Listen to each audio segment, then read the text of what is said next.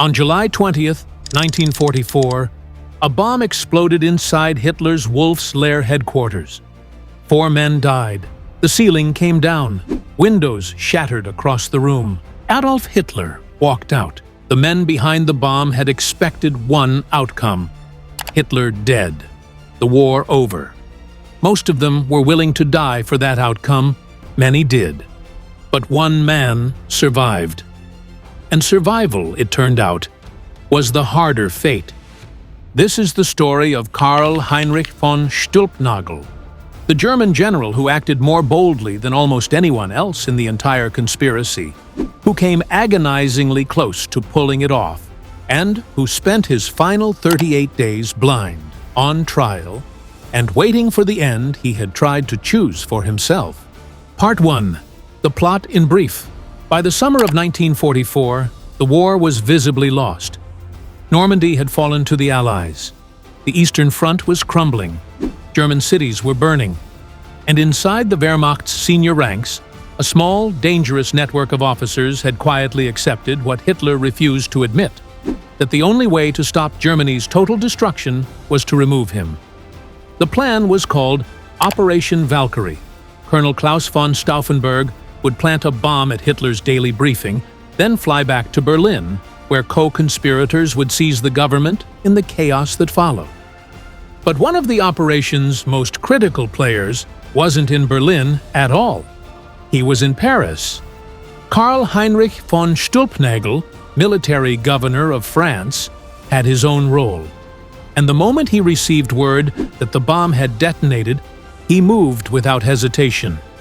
He ordered the arrest of over 1,200 SS officers and Gestapo agents across Paris in a single night. Every senior security official in occupied France detained. It was the single most decisive action taken by any conspirator on July 20th. For a few hours, in Paris at least, the coup was working. Then came the radio announcement: Hitler was alive. Part 2. The man behind the decision. To understand what happened next, you need to understand who Stülpnagel actually was.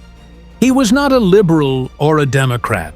He was a Prussian military officer born in 1886, shaped entirely by the German military tradition. He had served in the First World War, risen through the ranks of the Wehrmacht, commanded forces on the Eastern Front, and governed occupied France on behalf of the Reich. He was, in every sense, a product of the institution that made Hitler's war possible. What changed him wasn't ideology. It was proximity to consequences. He had seen the SS's operations in occupied territories, the deportations, the executions, the machinery of destruction grinding forward. He had concluded, through cold calculation rather than moral awakening, that Hitler was going to obliterate Germany entirely before he ever admitted defeat. This is the nuance that polished post-war retellings tend to smooth over. The July 20th conspirators were not idealistic reformers.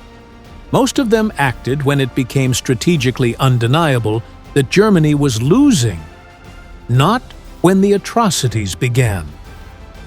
What set Stülpnagel apart was not his motive. It was his nerve. When the moment came, he didn't wait for confirmation, didn't hedge, didn't calculate the odds. He acted completely and immediately. While other conspirators in Berlin were still debating their next move, Stülpnagel had already detained an entire city's worth of SS men. That quality, absolute commitment without hesitation, is rare in any era. In Nazi Germany in 1944, it was almost unheard of, and it would shape everything that followed. Part 3. The collapse. Once Hitler's survival was confirmed, the conspiracy fell apart in hours. In Berlin, Stauffenberg was shot in a courtyard before midnight.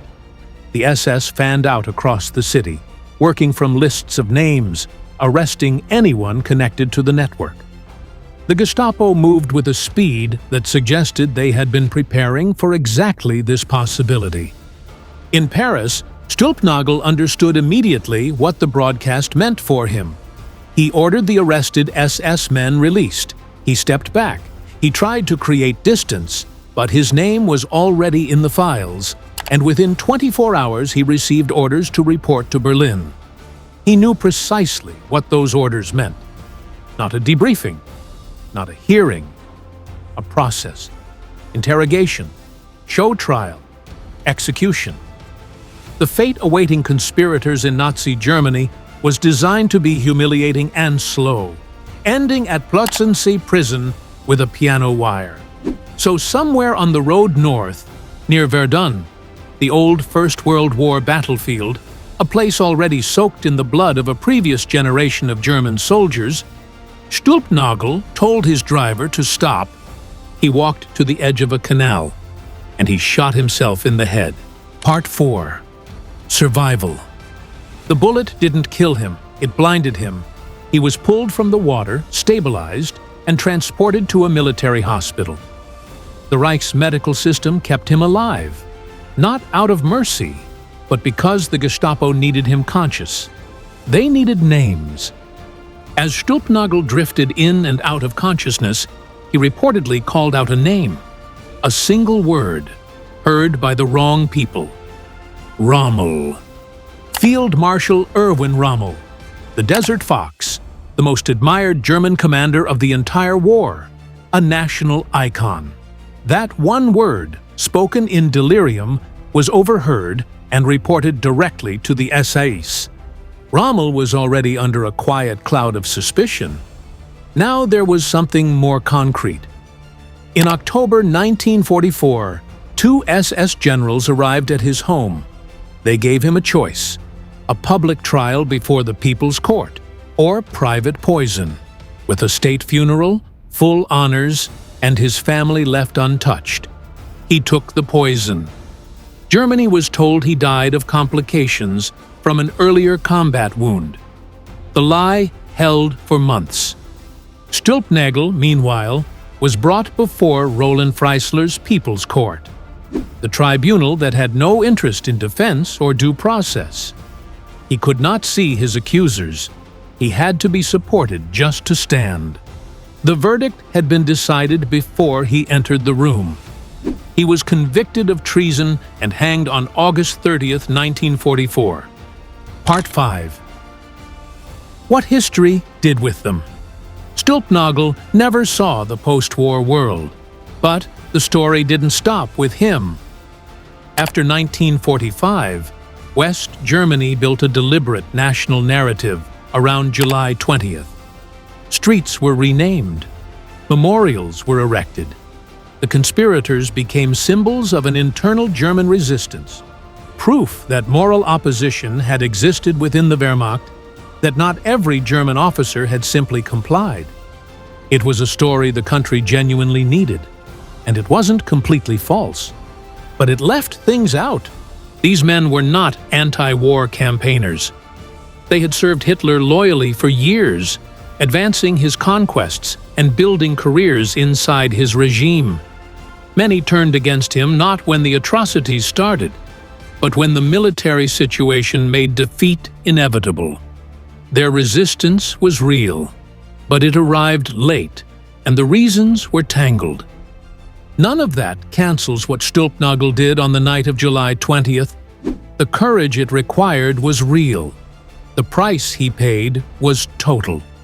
But he deserves to be remembered as a complicated man who made a critical decision far too late. Not as a simple hero, and not as a villain either. The honest version is harder to hold. It usually is. The July 20th plot failed. Hitler survived for 9 more months. The war ran its course through some of its most catastrophic chapters before it finally ended. But the men who acted that day left behind something the regime couldn't hang or imprison. A question: at what point does loyalty become complicity? When does hesitation become its own form of guilt? And when a man finally acts, too late, imperfectly, for mixed reasons, does it matter that he acted at all? Karl Heinrich von Stülpnagel didn't live long enough to answer that, but 80 years later, the question hasn't found a clean answer either. It probably never will. That ambiguity is not a failure of history. It is the most honest thing history can give us. Not clean heroes, not simple villains, but people caught between what they knew and what they were finally willing to do about it. If this is the kind of story you came here for, subscribe. There are more. And if someone you know should hear this one, send it their way.